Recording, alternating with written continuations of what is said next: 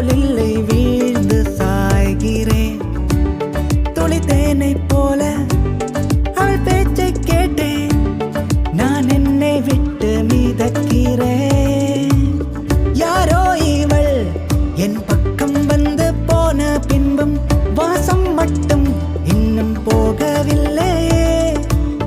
யாரோ இவள் என் நந்தி பகல் சாய்ந்த பின்பும் உச்சி வெயில் இன்னும் ஓயவில்லையே.